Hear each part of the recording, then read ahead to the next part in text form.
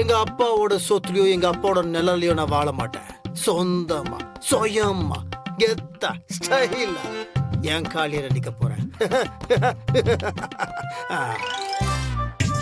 இங்க பாருடா, பொண்டாட்டி சொல்றதையெல்லாம் ஓரளவுக்கு தான் கேட்கணும். அதுக்கு மேல கேட்டேன்னு வச்சுக்கோ, பின்னாடி சிக்கல்ல தான் போய் முடியும். பாத்துக்க. அப்பா, எங்களுக்கு எல்லாம் தெரியும். எங்க அம்மா பேச்ச மட்டும் நீங்க கேட்கலன்னா இந்நேரம் நீங்க கவுன்சிலரா கூட இருக்க மாட்டீங்க. என்னம்மா, கரெக்ட் தானே? ஏண்டா, அதுவும் இதுவும் ஒன்னாயிடுமா?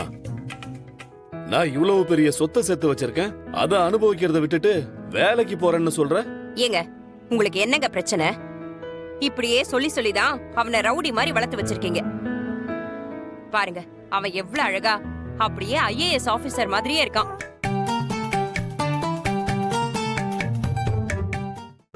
இன்றே டவுன்லோட் செய்து உங்கள் ஃபேவரட் ஷோக்களை என்ஜாய் பண்ணுங்க.